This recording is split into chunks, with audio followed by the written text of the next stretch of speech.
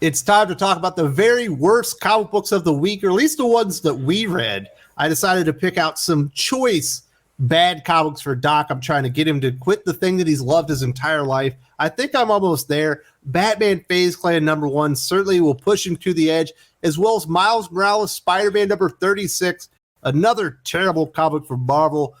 Doc, how you holding up? Are you ready to give up? No. God damn it, no. I will never quit. I am unstoppable. I'm like the Undertaker's streak. Man, whatever, man. We're going to read that Batwoman comic written by the people that make the show on CW next week. I think you'll be giving up then. I have a prediction. Well, that comic might be Brock Lesnar.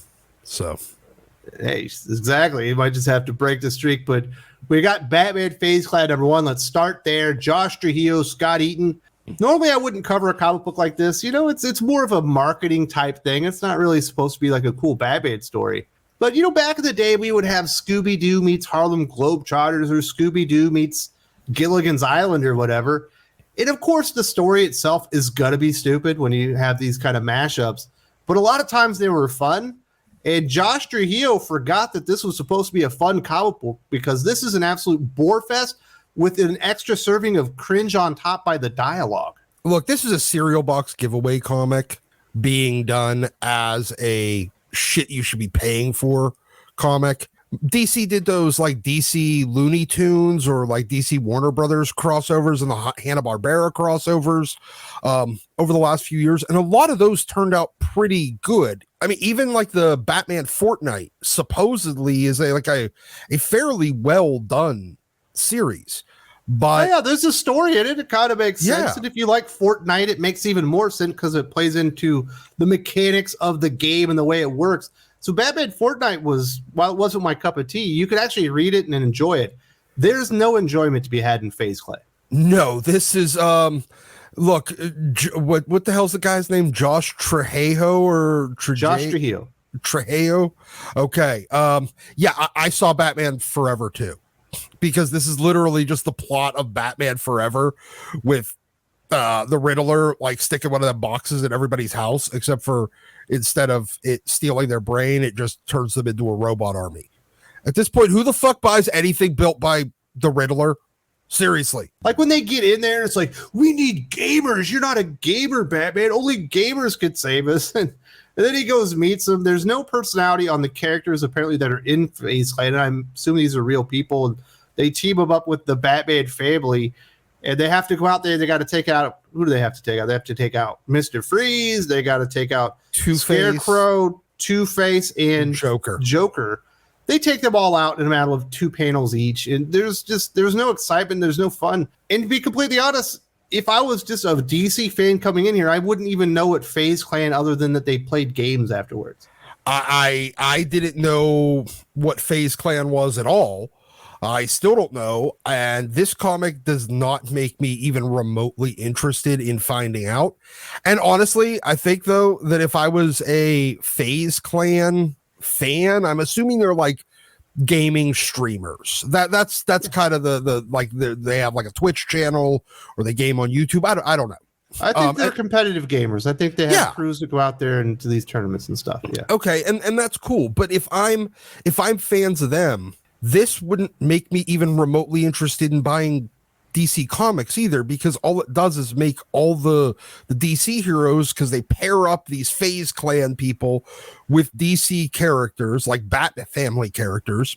The Bat Family characters get smoked easily, while the Faze Clan, just like real people, easily defeat these serious villains. DC denigrates their own characters to build up these Faze Clan people, ostensibly to sell Faze Clan people to buy DC Comics. And I don't see how they're getting anything good out of this, except for at the end, Batman's a gamer too, and decides to like apparently give up his mission in life of going out every night to stop crime in order to hang out in his own basement. And I guess actually this would still be his mom's basement, and game. I guess this is the last remnants of the Daniel Cherry III very short era as the general manager of DC Comics. Obviously, he had the enormous success that was Batman Fortnite. That was a series. It did very well just as floppies. It did excellent as a trade. Obviously, we've already had the sequel to that. Batman Faze Clan felt like another chance for Daniel Cherry to kind of meld the two worlds together. He's doing comic books now. He was doing gaming before and trying to make something work, but this absolutely failed. I don't think anybody that comes to this, if you're a Batman fan, you're going to hate it. I think if you're a Faze Clan fan, you're probably going to hate it. Nobody ended up coming out looking good on this, especially Josh Trujillo.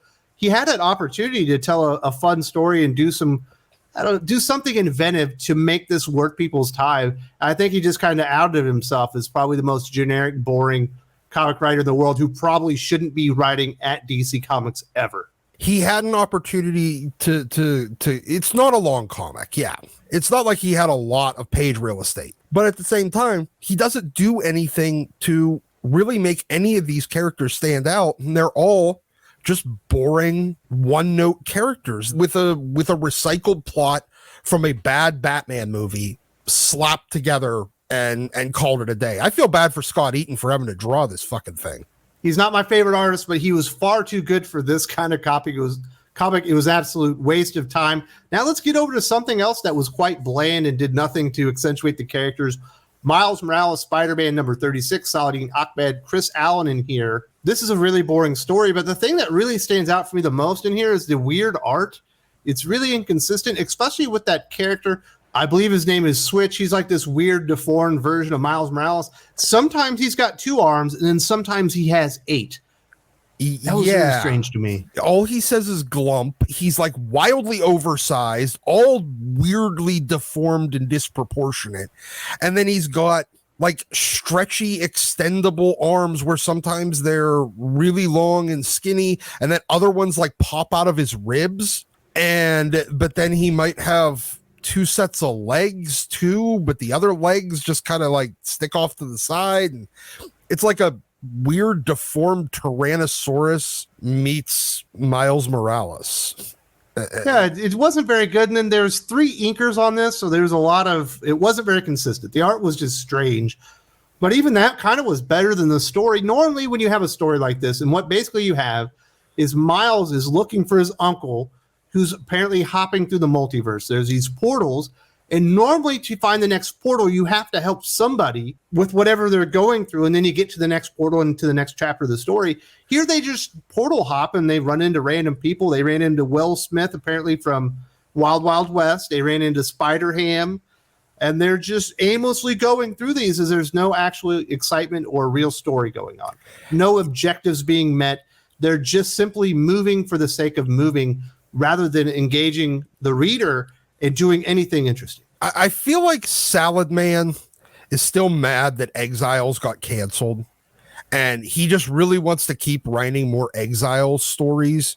So now he's doing it with Miles, because all of this was the same premise of like that Exiles story, and including like the Will Smith T'Challa from the Wild West.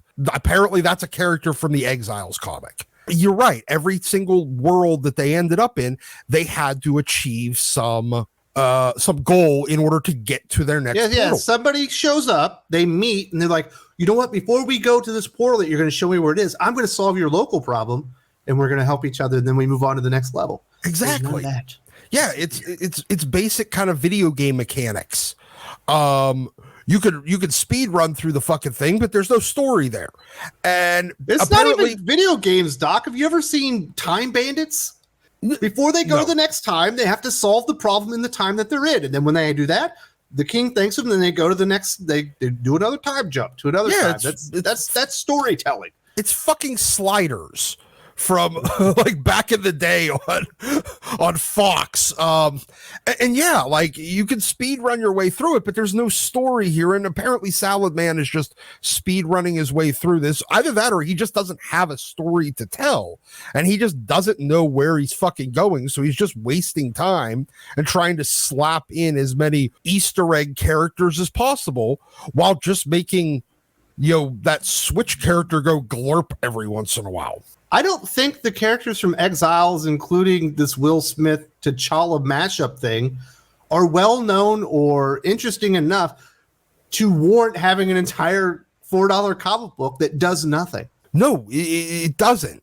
And okay, yay, we get to Spider-Ham. Honestly, I'm really sick of this Spider-Verse bullshit. It's been overused over the last few years. At least give me fucking Blink if we're going to keep doing this stupid portal dimension hopping bullshit. I don't know, man. This is like, if you came in and this was your first comic book, you would never want to read comics before. You're like, oh, nothing happens. There's no end goal. Even in this one chapter, you would expect something to happen, but Saladin Ahmed literally could not deliver the smallest sliver of anything interesting in this one. If I had to choose between the two, Doc, this would actually be difficult. Would I rather read Faze Clan #1 again, or would I rather read Miles Morales? Faze Clan #1 had way worse dialogue and was stupid, but at least in there, even if it didn't feel like it was justified or even took enough time, at least there they fight some people and win. Well, yeah. You had a simple beginning, middle, and end to Batman Faze Clan. You set up the stakes of a evil gaming system. You get a bunch of gamers to go and fix it, and then at the end they solve the problem, and Batman quits being Batman to be a gamer. At least then you have a plot. There's a simple 3-act structure. This is just meandering nonsense. And it's a waste of paper because he literally just wasted $4 of your time, because when you get to the next one, you could have literally skipped this issue and nothing would matter. Oh yeah, there's nothing in here worth your time. I say skip both of these comic books, unless maybe you're just a Batman completionist or you love Faze Clan. Maybe that's a comic book for you, but nobody should be really reading this Miles Morales Spider-Man, especially this issue, because it is absolutely worthless. And that's all I got to say about that. If you would like good Batman comics, this week we got Batman Beyond the White Knight #1 from Sean Gordon Murphy, writing and illustrating. This is a damn good read, far better than anything you're going to find in Batman Faze Clan. If you're a Faze Clan fan and you're like, well, maybe I like Batman, but this wasn't good, go check out this comic, and this might find you a comic book fan in the very near future. This is actually good stuff. Just skip that Faze Clan bullcrap.